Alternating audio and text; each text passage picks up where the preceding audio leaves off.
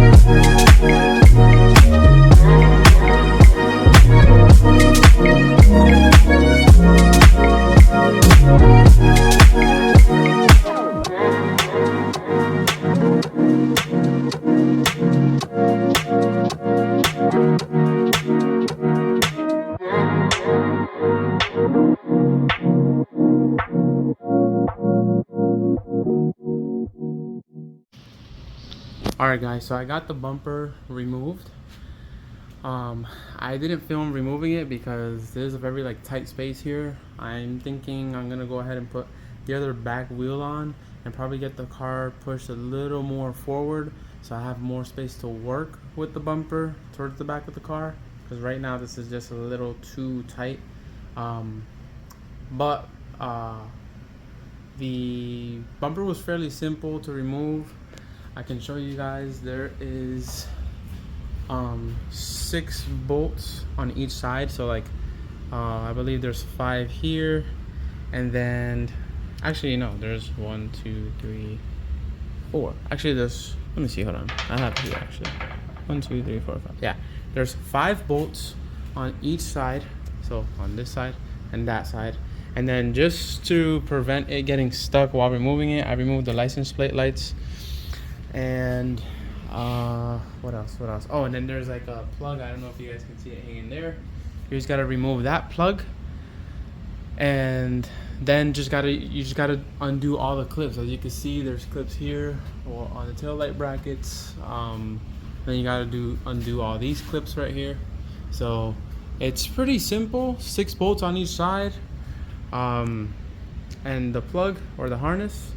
And that's pretty much it, and it comes out. Actually, there's 2 caps that go over the taillights that you got to remove as well. Well, I removed it for extra measure, but I just realized that you don't have to remove it.